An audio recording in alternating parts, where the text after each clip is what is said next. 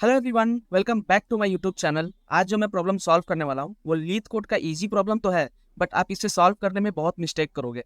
तो मैं इस प्रॉब्लम को आज समझाऊंगा आपको और मैं बताऊंगा आपको कि कैसे सॉल्व करते हैं। ये प्रॉब्लम है बिगेस्ट सिंगल नंबर। अगर मैं इस प्रॉब्लम को आपको दिखाऊं तो हमारे पास एक कॉलम है जिसमें कि बहुत सारे सिंगल नंबर्स हैं। जैसे कि ये माई नंबर्स करके हमारा टेबल है जिसमें नम हमारा कॉलम है। आप देख सकते हो ये सारे नंबर्स हैं। अब इसमें क्या करना है, बिगेस्ट सिंगल नंबर फाइंड करना है। लेकिन हमारा इसमें क्या है, कंडीशन है एक।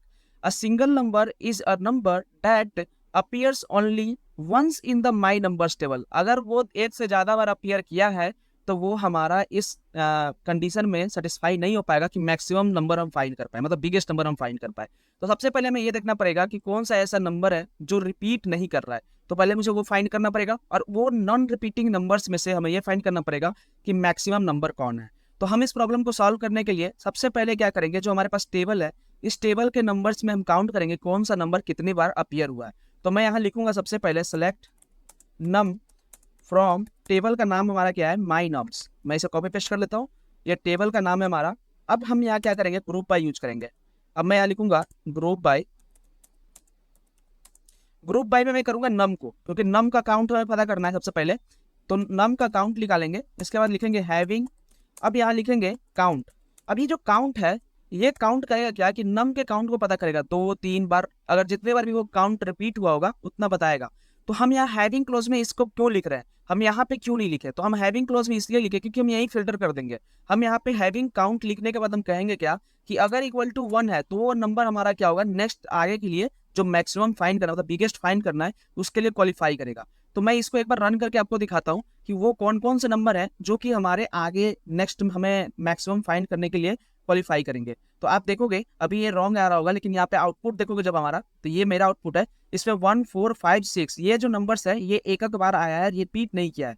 तो 1 4 5 6 जो है वो हमारा रिपीट नहीं किया है। इसमें यहाँ 5 6 नहीं दिख रहा है, बट 5 6 भी हमारा होगा इसमें। जैसे आप यहाँ देखोगे 1 4 5 6 ये नंबर्स हमारा रिपीट नहीं किया है। 8 और 3 जो है वो रिपीट किया है। तो ये नंबर्स हमें तो मिल गए। अब हमें क्या करना पड़ेगा, अब हमें इसमें से वो नंबर पता करना है जो कि सबसे बिगेस्ट है। तो आप लोग बहुत बार क्या करोगे कि आप यहाँ करोगे क्या कि ऑर्डर बाय यूज कर लोगे, ऑर्डर बाय, और यहाँ पे नम करने के बाद कर दोगे डिसेंडिंग। और डिसेंडिंग करने के बाद आप जब रन करोगे तो जो सबसे मैक्सिमम वाला होगा सबसे ऊपर आ जाएगा। तो मैं इसे रन करके दिखाता हूँ, जो आप गलती करोगे वो मैं करके बताता हूँ क्या गलती करोगे। तो मैं यहाँ पे जब रन करूंगा तो देखोगे सबसे मैक्सिमम वाला हमारा ऊपर आ गया है। और आप कहोगे सबसे टॉप पे तो आ ही गया है, हम टॉप 1 लगा देते हैं। तो टॉप 1 लगा के और जब नम करोगे तो आपको एक टेस्ट केस तो पास कर जाएगा, जिसके लिए कि हमारा रिपीटिंग नंबर नहीं होगा, तो वो हमारा मिल जाएगा और वो टेस्ट केस पास कर दोगे। लेकिन एक ऐसा भी हमारा टेस्ट केस है जिसमें कि सारे के सारे नंबर जो है वो एक से ज्यादा बार आए हैं, वो रिपीट कर रहे हैं। तो उसके लिए क्या होगा, वहाँ नल वैल्यू हमें चाहिए। तो उस केस में क्या होगा, आप फेल कर जाओगे। जैसे आप देखोगे ये ग्रीन हो गया, इसका मतलब ये टेस्ट केस तो हम पास कर गए। यहाँ देखोगे यहाँ पे फेल हो गया हम, यहाँ ब्लैंक आ गया, नल आना चाहिए था तो ब्लैंक आ गया। तो इसलिए हम यहाँ पे टॉप 1 यूज नहीं करेंगे। ये प्रॉब्लम मैं पहले हैकर रैंक के प्रॉब्लम जब सॉल्व कर रहा था मैंने आपको बता रखा है। अगर अभी तक आपने हैकर रैंक के मेरे वीडियोस को नहीं देखा है तो प्लेलिस्ट में जाके आप देख सकते हो। तो चलते मैं ये इसको बताता हूँ उसमें करना क्या है। सबसे पहले मैं यहाँ से टॉप 1 हटा दूंगा, और टॉप 1 हटा के मैं एक चीज बता दूं, जितने भी हमारे एग्रीगेट फंक्शन है, सम मैक्स मीन, वो क्या करते हैं, अगर वो वैल्यू नहीं मिलता है तो वो अपने आप ऑटोमेटिक नल वैल्यू वो क्या करते हैं, हमें देते हैं। तो हम यहाँ पे क्या करेंगे, सब क्वेरी का यूज करेंगे और लिखेंगे सेलेक्ट। अब हमें फाइंड करना है मैक्सिमम, तो अब लिखेंगे मैक्सिमम नम। अब ये नम आएगा कहाँ से, तो फ्रॉम। अब ये जो हमारा जो नीचे का जो हमारा डेटा था, जो हमारा क्या था, काउंट 1 वाले जो थे उनको हम ब्रैकेट में लेके और यहाँ पे हम इसको एलियास दे देंगे टी का। ये टी अगर आप नहीं दोगे तो आप यहाँ पे एरर करोगे। सब क्वेरी में कोई भी हम क्वेरी को यूज करते हैं तो उसे हम लोग हमेशा एलियास देते हैं, अदरवाइज वो क्या होगा, गलत हो जाएगा। आपको एक बार मैं यहाँ से हटा के रन करके दिखाता हूँ। मैं हर एक स्टेप गलत करके भी दिखाता हूँ कि आपको समझ में आए कि आप गलती क्या कर रहे हो। अगर गलती आप पढ़ना और समझना सीख गए तो आप हमेशा क्या करोगे, आप हमेशा सही करोगे।